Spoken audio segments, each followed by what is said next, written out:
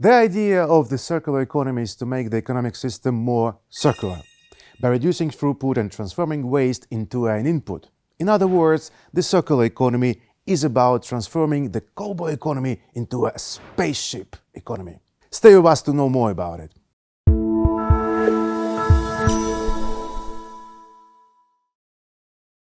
So what is the circular economy?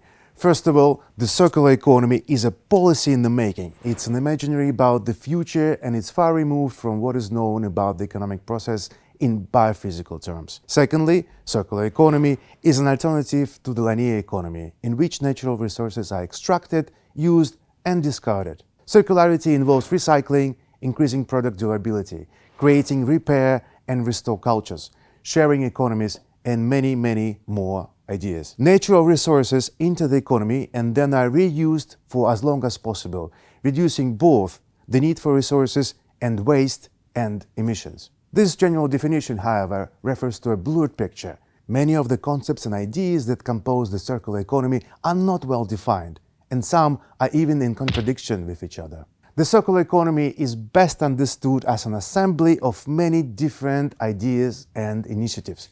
For example, Switzerland has been pursuing circular economy approaches since the middle of 1980s and has succeeded in closing some loops, at least partially. For example, currently more than 60% of all demolition materials, including concrete, are recycled in Switzerland. In terms of municipal waste, over 65% of the waste is separated, collected, and recycled in Switzerland. However, Switzerland's high recycling rate stands alongside a huge volume of waste. Hardly any other country in the world generates as much municipal waste in relation to the resident population. Today, in our studio in Geneva, we are discussing the issues of decentralized trust and circular economy with Dr. Günther Dabraus from PWC Legal Switzerland. Stay with us.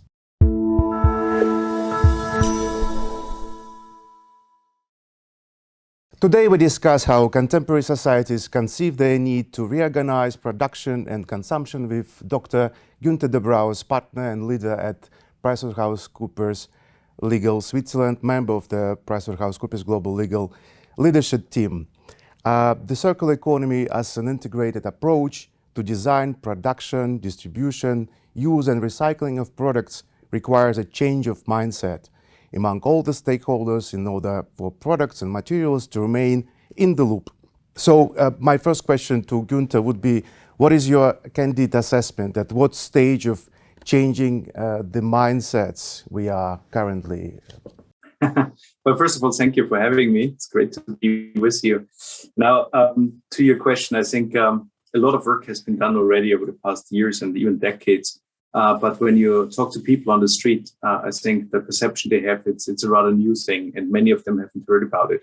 So I think it's up to us, right, to spread the word about it, to teach about it, and to get them up to speed. Thank you. And Günther, we know that you work a lot with companies and Swiss businesses involved in circular economy. Could you provide us with some concrete examples of Swiss businesses keeping the materials or products in the loop? Yes, well, I can't give you the exact names because that would be a bit unfair, since many of them are clients, others are not. But I think the one thing that has been really interesting for me is to follow the growth. So I started like 5 years or so ago to move from sustainability into circular economy, and have then participated in many of the events there. Originally, I would say at the conference there was maybe 20 people, right? And now there is like 100 people and so forth, which I would kind of guess is the current number of companies investing in that space as well.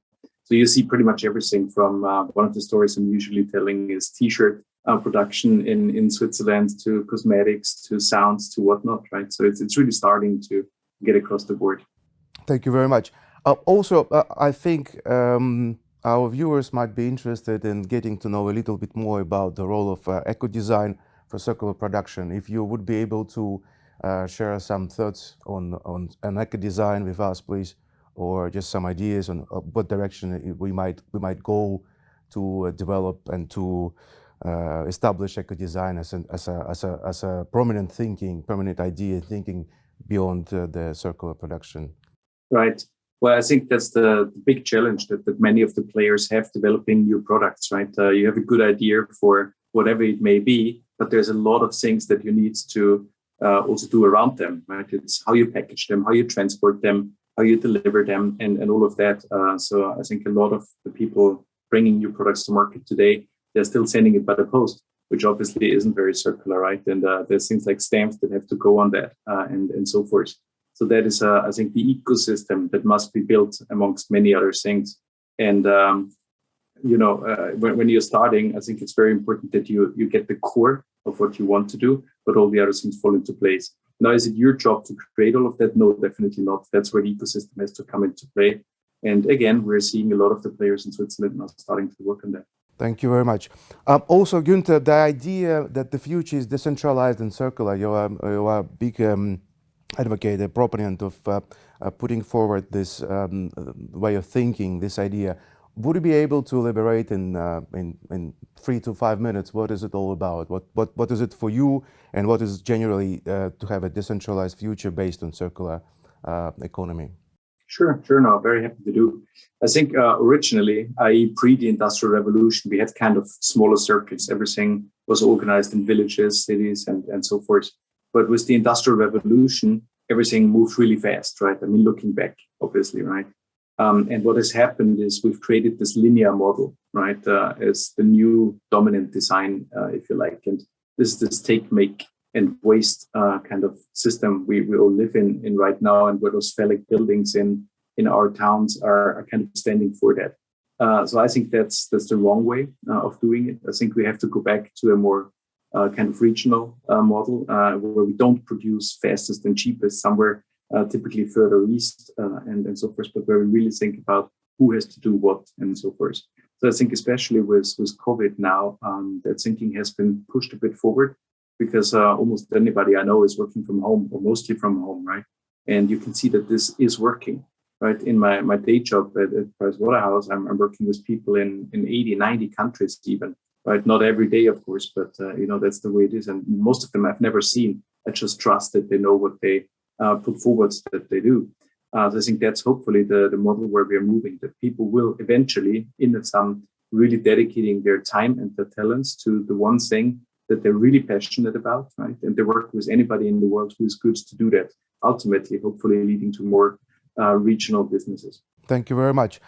Regarding the loop and approach to design, to what extent do you think the design by default or some other stages in this loop are of paramount importance? For you, it would be more the stages of design and production, or it would be more about recycling, about continuous usage of products, or you consider them all these stages as being equally important? Just if you would be able to share your thoughts on this, what would be the most important for you in this loop?